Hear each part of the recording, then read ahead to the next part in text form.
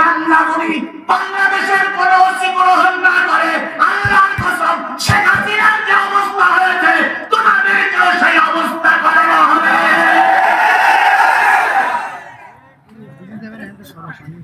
রাজধানী করার একটা শেষ আছে, কথা বলেন ঠিক না ঠিক?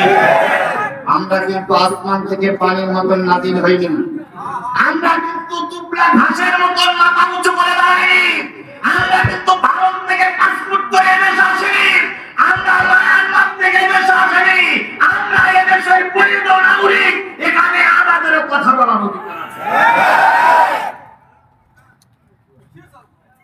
এক কালেমার দাওয়াত দিয়ে কেউ ফাঁসিতে ঝুলতেছে, এক কালেমার দাওয়াত দিয়ে কেউ ফাঁসিতে ঝুলতেছে, আর কেউ কোরমা বিরিয়ানি খেয়ে ঘুড়ি লাগাচ্ছে। তোমার কি কালেমার, আমার কি কালেমার? পাশাপাশি দুই মসজিদ, এক মসজিদের ইমাম সাহেবের নামে কোনো মামলা নেই, আর এক মসজিদের ইমাম সাহেবের নামে 10টা মামলা। এসব কি এলাকায় আছে? তো 4 দোকানে 2 ইমাম সাহেব চা খাচ্ছে, 4 দোকানে 2 ইমাম সাহেব চা খাচ্ছে। তো চাওয়ালা বলছে, হুজুর আপনিও হুজুর, উনিও হুজুর, ওনার নামে 10টা মামলা, আপনার নামে তো কিছু হয় না। তখন এই যার নামে মামলা নেই উনি বলতেছে, আমি একটু বুদ্ধি শুদ্ধি করেছি, এই জন্য আমার একটাও মামলা হয় না।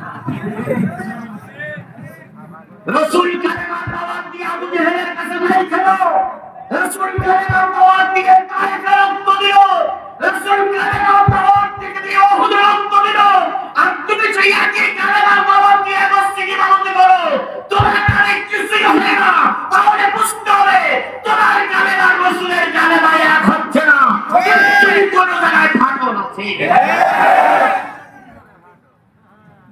আজকে যদি গোলালো মার্কা ইমান, গোলালো মার্কা পীররা যদি সমাজে না থাকতো, বিশ্ব নদীতে আলেম আল্লামা সাইদি আমরা হারাতাম না। আজকে যদি গোলালো মার্কা কিছু ইমাম সমাজে না থাকতো, বিশ্ব আন্দোলনের বীর সৈনিক মতিউর রহমান মেধাবীকে আমরা হারাতাম না।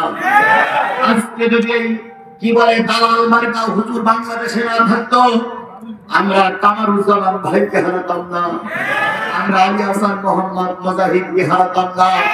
শুধুমাত্র একমাত্র কারণ হচ্ছে হুজুররা হুজুরদের বিরোধিতা করার কারণে এত সুযোগ পেয়েছে। আমরা বাংলাদেশের সব টুকরার একমাত্র দোকান যে ইসলামের বিপক্ষে অবস্থান নেবে, আজকে থেকে শপথ দিলাম মরার পরে জানাজা পড়ব না, তাহলে ওই জানাজা পড়ার আগেই সোজা হয়ে যাবে।